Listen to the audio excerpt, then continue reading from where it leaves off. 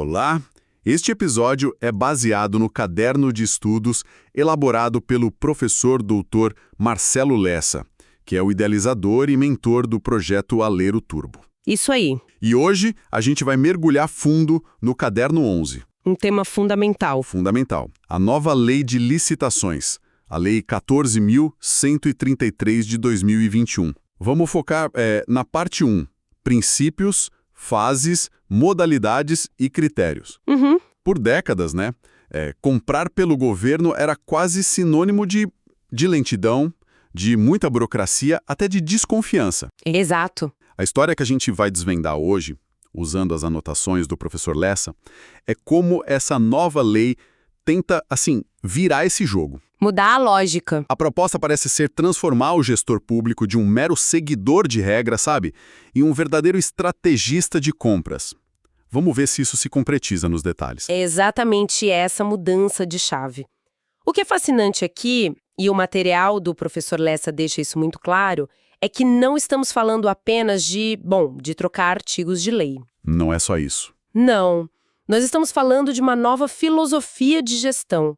A lei antiga, a 8666, ela era muito focada em seguir rituais, em carimbar papéis. Certo. A nova lei está preocupada com o resultado final. A ponte foi bem construída, o hospital foi equipado com o melhor custo-benefício. O que importa de verdade? Isso. Nosso objetivo aqui é entender essa lógica para dominar não só o que a lei diz, mas como a FGV vai cobrar essa nova mentalidade na prova. Certo. Então, se é uma nova filosofia, ela precisa ter pilares, né? É princípios que a sustentem. O artigo 5º da lei traz uma lista e o caderno destaca alguns que são o coração da mudança. Uhum. Planejamento, transparência, segregação de funções e desenvolvimento nacional sustentável. De todos esses, o planejamento parece ser a palavra da vez. Por que tanto foco nisso agora? Bom, porque o planejamento é o antídoto para o improviso, Ah, boa. que era a causa de muitos problemas, né? Antes, o processo começava muitas vezes com um objeto mal definido, queremos contratar X. Genérico. Exato. Isso era um convite para aditivos contratuais, obras paradas, compras ruins. Agora, a fase preparatória é, de longe, a mais importante e a mais robusta. E o que isso quer dizer na prática? Quer dizer que a lei exige documentos como o Estudo Técnico Preliminar, o ETP, que é basicamente um diagnóstico completo da necessidade. Certo. E a matriz de riscos, que é um exercício de futurologia para prever o que pode dar errado.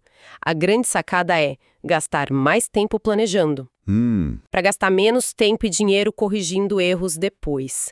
É uma inversão de prioridades que destrava todo o processo. Entendi a importância do planejamento, mas isso resolve só parte do problema, né?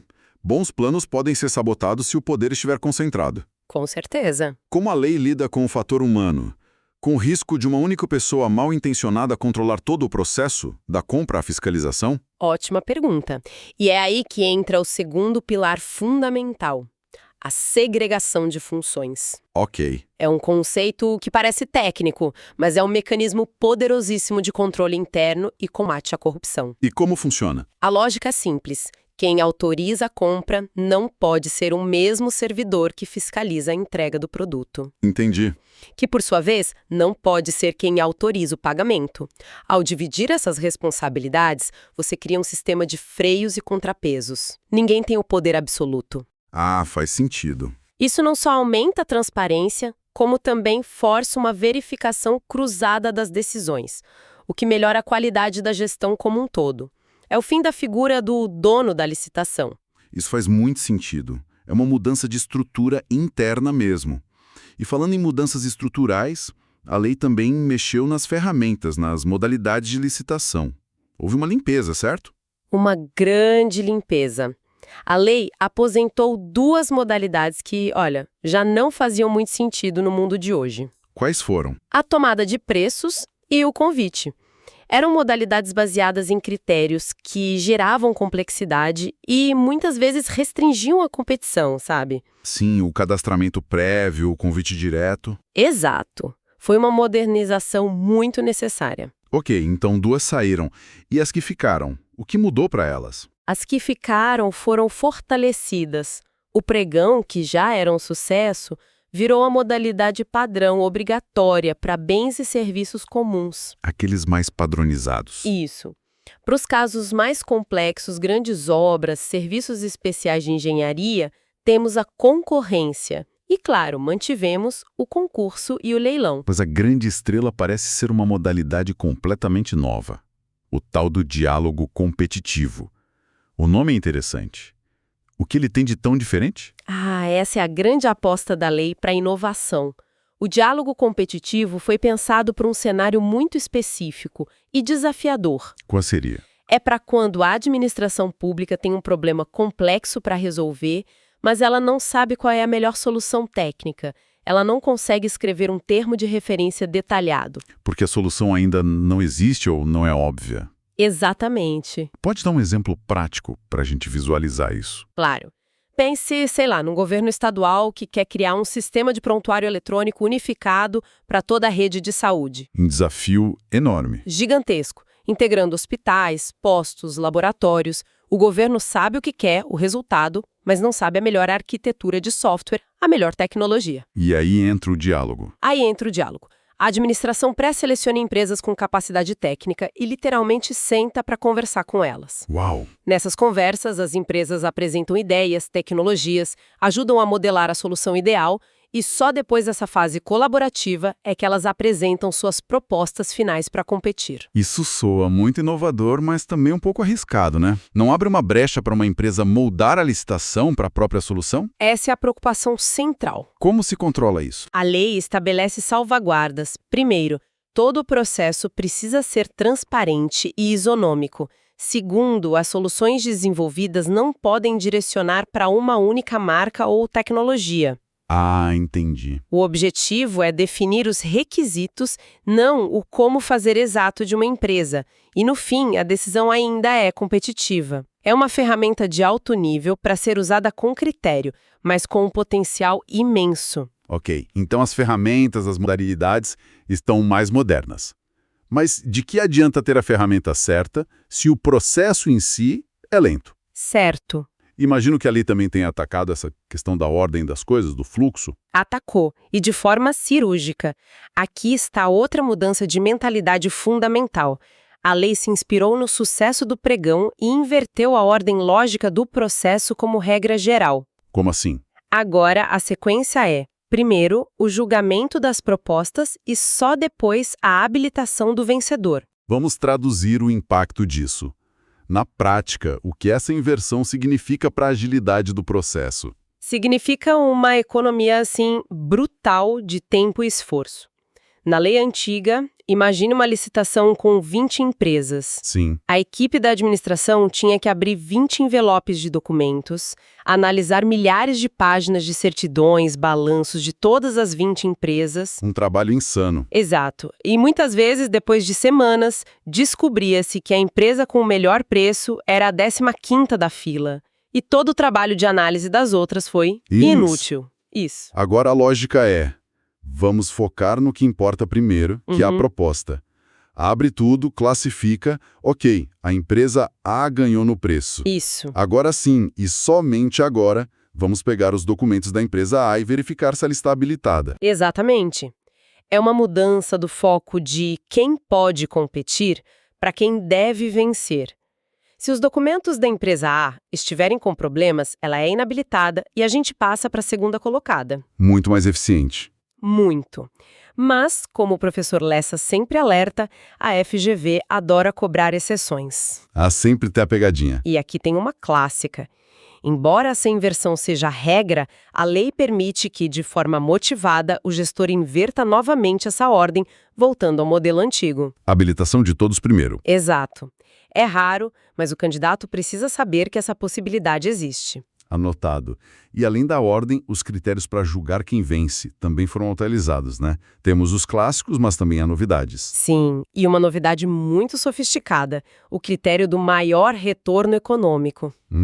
Ele está ligado a um tipo específico de contrato, o contrato de eficiência. A ideia aqui é brilhante e totalmente alinhada com a busca por resultados. E como funciona? A administração contrata uma empresa, não para entregar um produto, mas para gerar uma economia. A remuneração da empresa será um percentual da economia que ela de fato conseguir gerar. Nossa, isso parece muito inteligente, porque alinha completamente os interesses, né? Da empresa e do governo. Totalmente. Os dois querem a maior economia possível. Qual se deu um bom exemplo? O exemplo clássico que ajuda a materializar isso é a modernização da iluminação de um prédio público. O governo contrata uma empresa para trocar todas as lâmpadas antigas por LED. Que consomem bem menos. Muito menos. A empresa faz o investimento inicial e o contrato prevê que ela receberá, por exemplo, 70% da economia gerada na conta de luz por 5 anos. E o governo? O governo fica com os outros 30% e, ao final do contrato, fica com toda a economia para si. É uma relação ganha-ganha, onde o investimento se paga com a própria eficiência. Fantástico. Agora, que tal a gente fazer uma rodada mais focada, tipo um jogo rápido, com pontos que o material do professor Lessa aponta que a FGV adora? Vamos lá, adoro! Primeira questão. O valor de referência da licitação, o orçamento, pode ser sigiloso? A regra não é a publicidade total. Em regra, sim, publicidade. Mas a lei trouxe essa exceção, que é muito estratégica. O orçamento pode, sim, ser sigiloso, desde que seja justificado. E por quê? A ideia é evitar que os licitantes usem o valor máximo como um alvo, sabe? E apresentem propostas todas coladas no teto. Com o sigilo, eles são forçados a apresentar seus preços reais de mercado. O que pode gerar mais economia. Exatamente. É uma ferramenta para aumentar a competitividade. E bancas adoram exceções. Ótimo. Segunda, a diferença clássica entre licitação dispensável, artigo 75, e inexigível, artigo 74. O rol de hipóteses é taxativo ou exemplificativo? Essa é uma dúvida eterna e é um ponto que define a aprovação. Vamos lá. O rol da licitação dispensável é taxativo, ou seja, o gestor só pode deixar de licitar naquelas situações listadas na lei. Ponto. Não pode inventar. Não pode. Já o rol da inexigível é exemplificativo. O critério ali é a inviabilidade de competição. A lei dá exemplos, como contratar um artista consagrado. Não dá para licitar um show do Caetano Veloso, né? Exato, só ele pode fazer. Mas outras situações de inviabilidade podem surgir e justificar a contratação direta. Perfeito. Próximo ponto. A nova figura do agente de contratação. Quem é essa pessoa e como fica a responsabilidade dela se algo der errado? O agente de contratação é a figura que conduz o processo, é o motor da licitação. E a lei trouxe um ponto muito importante sobre a responsabilidade. Certo. Em regra, ele responde individualmente por seus atos. Contudo, a lei o protege de certa forma. Ele não será responsabilizado se for induzido a erro por um parecer técnico ou jurídico que embasou sua decisão. Ah, isso dá mais segurança. Com certeza. Ele pode tomar as decisões para fazer o processo andar sem o medo de ser penalizado por um erro que não foi originado por ele. Faz sentido, protege quem age de boa fé. Para fechar a rodada, a Lei 14.133 se aplica às empresas estatais como Petrobras e Banco do Brasil? Pegadinha clássica. A regra geral é não. Não. Não. As estatais têm sua própria lei, a 13.303, a Lei das Estatais, que tem um regime próprio de contratação mais ágil. Então, quando a nova lei se aplica a elas? Só em pontos muito específicos, sendo o principal deles a parte de crimes em licitações e contratos. Mas para o processo do dia a dia, elas seguem seu próprio caminho. Ok, vamos amarrar tudo isso.